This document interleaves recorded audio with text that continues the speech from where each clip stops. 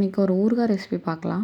அதுக்கு கல்லாமணி காயின்னு சொல்லுவாங்க, இல்லைனா கிளிமுக்கு மாங்கான்னு சொல்லுவாங்க. அதை எடுத்துக்கோங்க. அதை நல்லா காய வச்சு எடுத்துக்கணும். வீட்டுக்குள்ளே காய வச்சு எடுத்துக்கோங்க, வெயிலில் போட்டுறாதீங்க.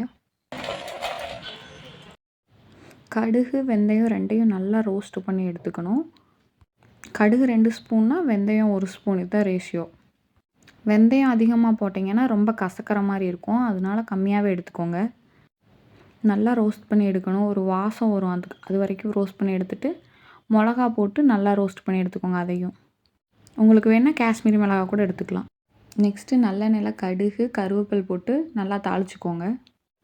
அதில் மாங்காயும் கொட்டி லைட்டாக பரட்டி விட்டிங்கன்னா போதும். இந்த இடத்துல மாங்காயோட உப்பையும் போட்டு மிக்ஸ் பண்ணிக்கோங்க. நெக்ஸ்ட்டு நம்ம ஏற்கனவே வறுத்ததை அரைச்சி வச்சுக்கணும். அந்த அரைச்ச பவுடர் இதோட கலந்து நல்லா மிக்ஸ் பண்ணுங்கள்.